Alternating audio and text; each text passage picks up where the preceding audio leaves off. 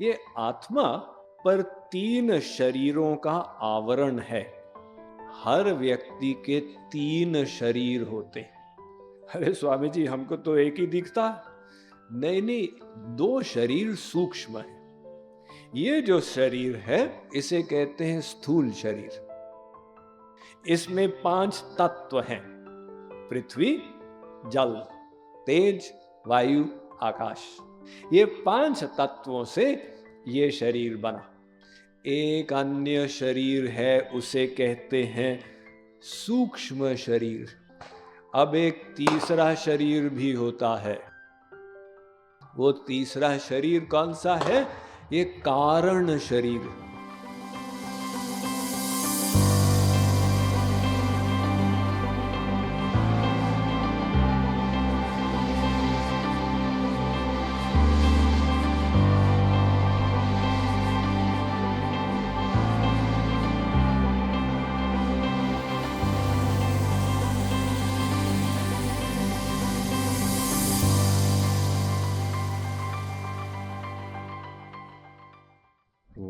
वासांसि जीर्णानि यथा विहाय वासांसि जीर्णानि यथा विहाय नवानि गृह्णाति नरोपराणि नवानि गृह्णाति नरोपराणि तथा शरीराणि विहाय जीर्णा तथा शरीराणि विहाय जीर्णानि न्यन्यानि संयाति नवानि देहि। न्यन्यानि संयाति नवानि देहि। हम लोग प्रतिदिन वस्त्र बदलते हैं। श्री कृष्ण कहते हैं, अर्जुन, जब आत्मा वस्त्र बदलती है उसी को मृत्यु कहते हैं। ये आत्मा पर तीन शरीरों का आवरण है। हर व्यक्ति के तीन शरीर होते हैं। अरे स्वामी जी, हमको तो एक ही दिखता। नहीं नहीं, दो शरीर सूक्ष्म है। ये जो शरीर है इसे कहते हैं स्थूल शरीर। इसमें पांच तत्व हैं: पृथ्वी, जल, तेज, वायु, आकाश। ये पांच तत्वों से ये शरीर बना। एक अन्य शरीर है, उसे कहते हैं सूक्ष्म शरीर।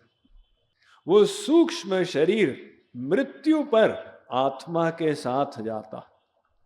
स्थूल शरीर तो यहां रह जाता, सूक्ष्म शरीर साथ में जाता।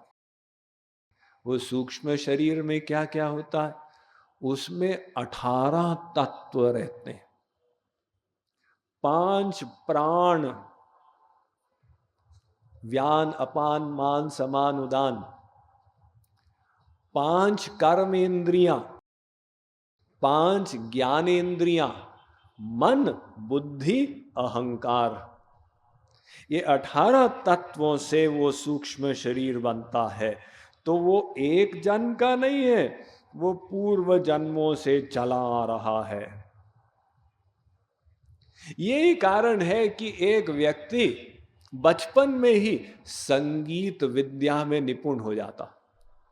उसके ऐसे पूर्व संस्कार थे, उसने थोड़ा सा परिश्रम किया तो संगीत की बुद्धि वो तुरंत विकसित हो गई। और दूसरा व्यक्ति परिश्रम करता जाता है, फिर भी नहीं गा पाता, नहीं वाद्य बजा पाता। उसके पूर्व जन्म के संस्कार पृथक थे।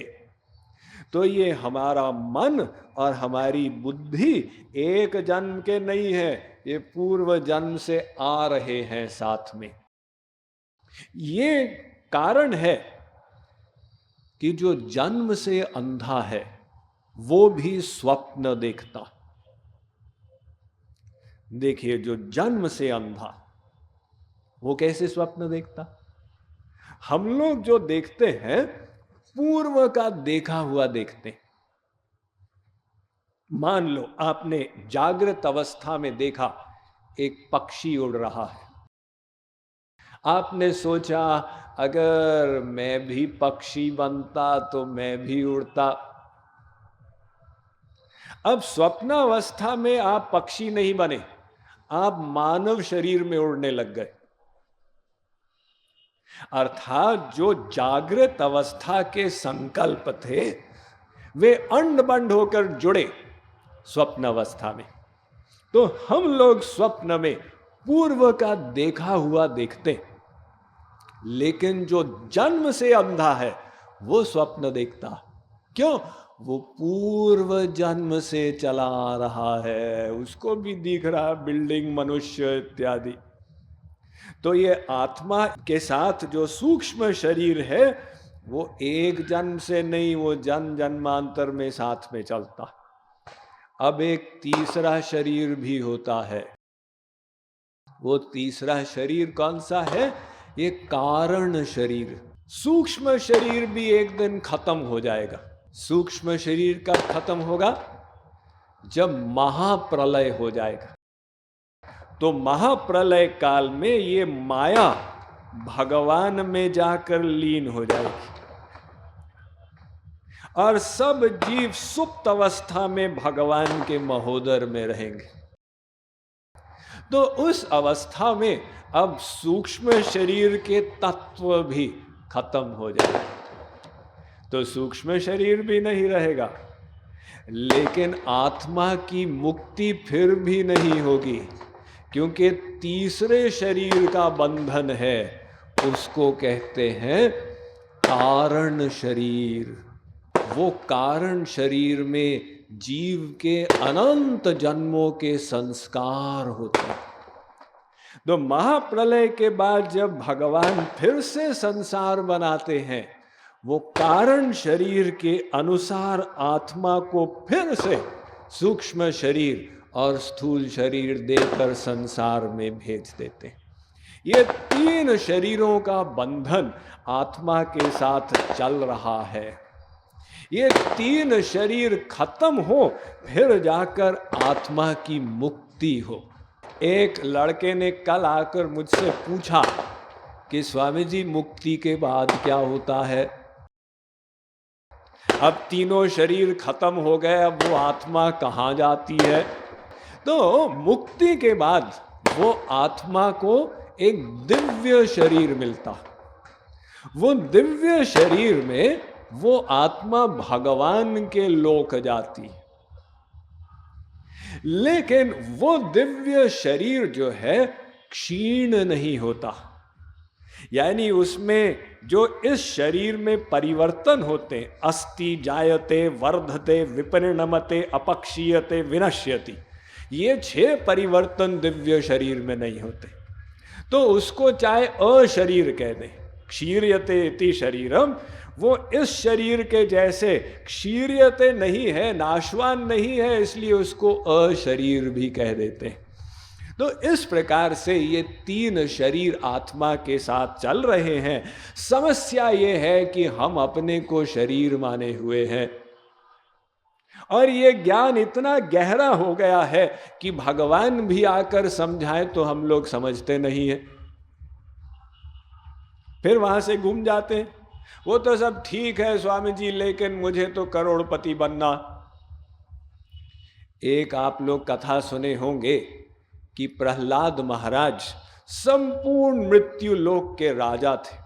तो जब भगवान ने विमान भेजा गोलोक से कि प्रहलाद तुम्हारा टाइम हो गया, चलो हमारे लोक, प्रहलाद ने कहा महाराज मेरी प्रजा मुझे प्राण प्रिय मानती है, तो वो लोग यहां पर दुखी हो, मैं आपके लोक आकर दिव्यानंद का उपभोग करूं, ऐसा नहीं हो सकता।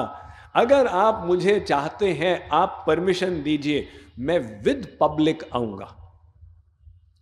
भगवान ने कहा प्रहलाद तुम किस भ्रम में पड़ गए हो, तुम्हारी पब्लिक में एक व्यक्ति भी हमारे लोक नहीं आना चाहता।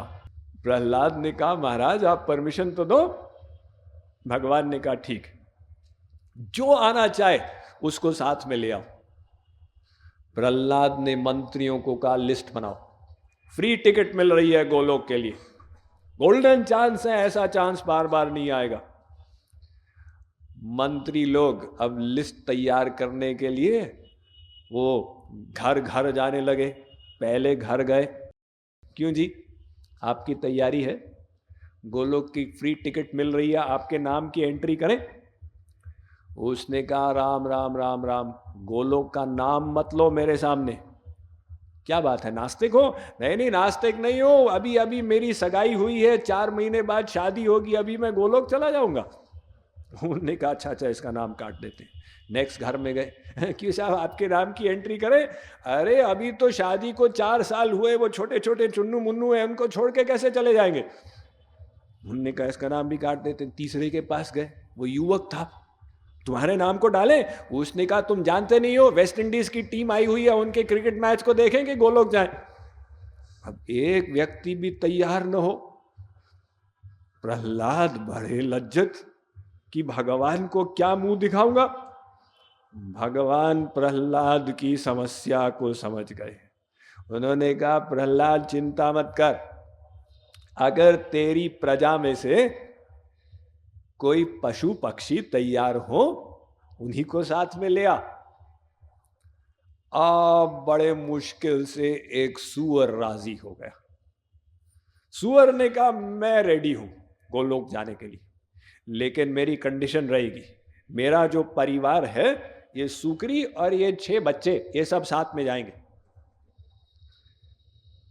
प्रहलाद ने कहा महाराज, डूबते हुए को एक तिनके का सहारा मिल रहा है, एक सूअर तैयार हो गया है गोलोक के लिए, लेकिन उसने कंडीशन लगा दी है, उसको टिकट विद फैमिली चाहिए। भगवान ने कहा कोई बात नहीं प्रहलाद, उसी को ले आओ। तो अब चले आगे आगे प्रहलाद, पीछे वो सूकर सूकरी और 6 बच्चे। विमान तक पहुंचे, प्रहलाद ने बोर्ड किया, चढ़े। सूअर से कहा चलो, सूअर ने कहा रुको। प्रहलाद ने कहा अब क्या हो गया? अरे पहले भगवान से पूछो, मैं जो खाना खाता हूं वो क्या उनके लोक में मिलेगा? वो विष्ठा, पाखाना, लैट्रिन?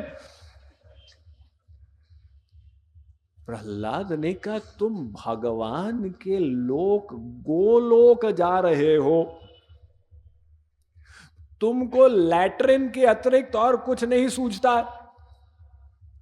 देखिए, जिस व्यक्ति की बुद्धि जहां होगी उसी में उसको सुख मिलेगा।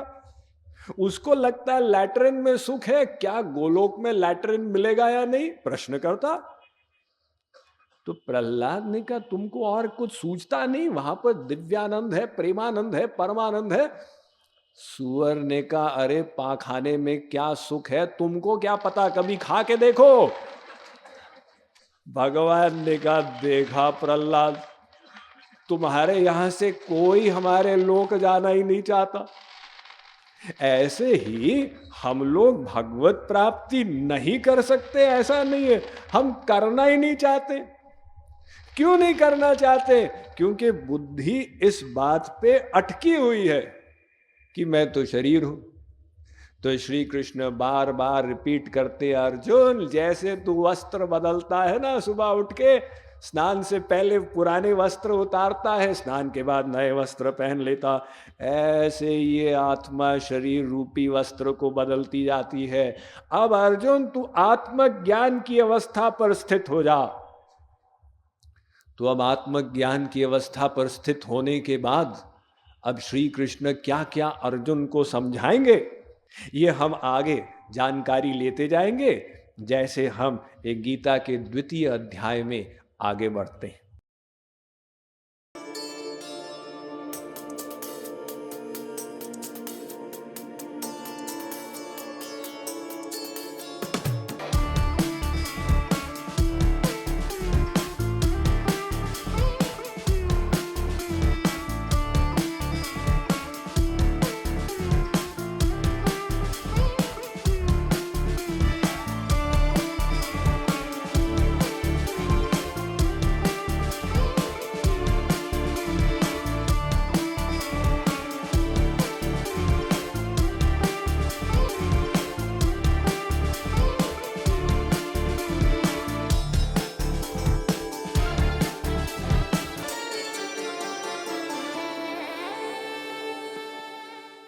Mind management, life transformation, power of thoughts आदि प्रेरणादायक एवं आध्यात्मिक वीडियोस के लिए सब्सक्राइब करें स्वामी मुकुंदानंद हिंदी यूट्यूब चैनल को और बेल आइकन को अवश्य दबाएं ताकि आपको ये वीडियोस मिले सबसे पहले।